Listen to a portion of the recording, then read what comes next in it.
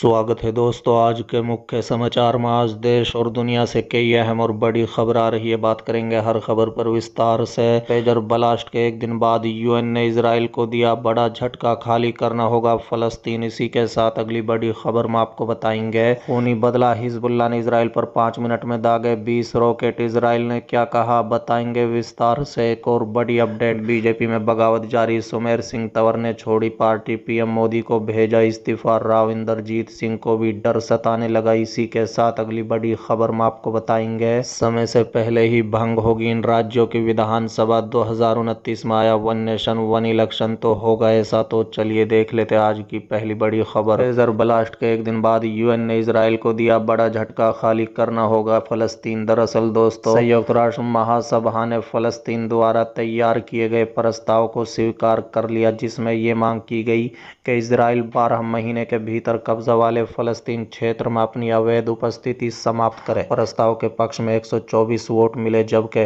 43 देशों ने मतदान में भाग नहीं लिया और इजराइल, संयुक्त राज्य अमेरिका और 12 अन्य ने इसके खिलाफ मतदान किया।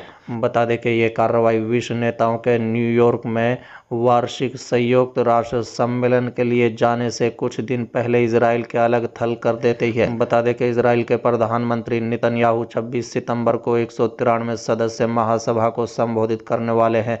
उसी दिन फलस्तीन राष्ट्रपति महमूद अब्बास भी संबोधित करेंगे। प्रस्ताव में अंतर्राष्ट्रीय न्यायालय द्वारा जुलाई में दी गई सलाहकार राय का स्वागत किया, जिसमें कहा गया है कि फलस्तीन क्षेत्र और बस्तियों पर इजराइल का कब्जा अवैध है और इसे वापस लिया जाना चाहिए। बता दें कि संयुक्त राष्ट्र के सर्वोच्च न्यायालय, जिसे विश्व न्यायालय के रूप में भी जाना जाता है, उसके द्वारा दी गई सलाहकार राय में कहा गया है कि इसे जितनी जल्दी हो सके उसे समाप्त किया जाना चाहिए। हालांकि महासभा के प्रस्ताव में 12 महीने के समय सीमा तय की गई है। महासभा के प्रस्ताव में राज्यों से ये भी कहा गया है कि वो इजरायली बस्तियों में उत्पन्न होने वाले किसी भी उत्पाद के आयात को रोकने के लिए कदम उठाए। साथ ही हथियारों, युद्ध सामग्री और संबंधित उपकरणों को इजराइल के प्रदान या हस्तांतरित करे जहां संदेह करने के लिए उचित आधार है कि उनका उपयोग कब्जे वाले फलस्तीन क्षेत्र में किया जा सकता है। ये प्रस्ताव फलस्तीन प्राधिकरण द्वारा औपचारिक रूप से प्रस्तुत किए जाने वाला पहला प्रस्ताव है, क्योंकि इस महीने उसे अतिरिक्त अधिकार और विशेष अधिकार प्राप्त हुए हैं, जिनमें असेंबली हॉल में संयुक्त राष्ट्र के सदस्यों के बीच एक सीट और मसौदा प्रस्ताव को प्रस्तावित करने का अधिकार शामिल है। चलिए अगली खबर। बीजेपी में बगावत जारी, सुमेर सिंह तंवर ने छोड़ी पार्टी, पीएम मोदी को भेजा इस्तीफा। राव इंदरजीत को भी सताने लगा है डर। दरअसल दोस्तों, हरियाणा के पटौदी विधानसभा क्षेत्र से टिकट न मिलने से नाराज भारतीय जनता पार्टी यानी बीजेपी के नेता सुमेर सिंह तंवर ने बुधवार को पार्टी से इस्तीफा दे दिया है। बता दें कि पिछले 37 वर्ष से बीजेपी के लिए काम कर रहे तंवर के साथ साथ बड़ी संख्या में उनके सहयोगियों ने भी पार्टी छोड़ दी। तंवर ने साफ किया है कि वो किसी राजनीतिक पार्टी में शामिल नहीं होंगे, लेकिन सामाजिक और राष्ट्रीय हितों से जुड़े कार्यों की प्रति समर्पित रहेंगे। बता दें कि सुमेर सिंह तंवर ने केंद्र मंत्री और गुरुग्राम से सांसद राव इंदरजीत सिंह पर निशाना साधा। उन्होंने आरोप लगाया कि इस बार चुनाव में बीजेपी नेतृत्व ने दक्षिण हरियाणा की सभी विधानसभा सीट पर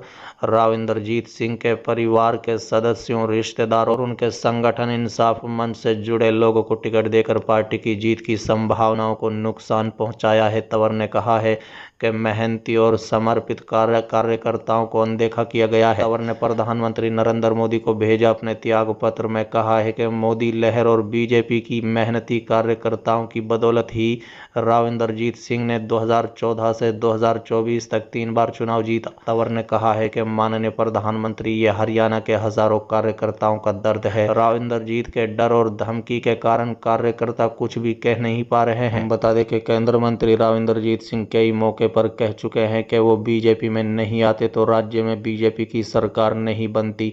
दक्षिण हरियाणा ने बीजेपी की सरकार बनाने में कोई कसर नहीं छोड़ी, लेकिन उन्हें प्रतिनिधित्व नहीं मिल पाया। पिछले दिनों केंद्र मंत्री कह चुके हैं कि 12 साल बाद तो कूड़ा का नंबर भी आ जाता है, हम उससे गए गुजरे नहीं हैं।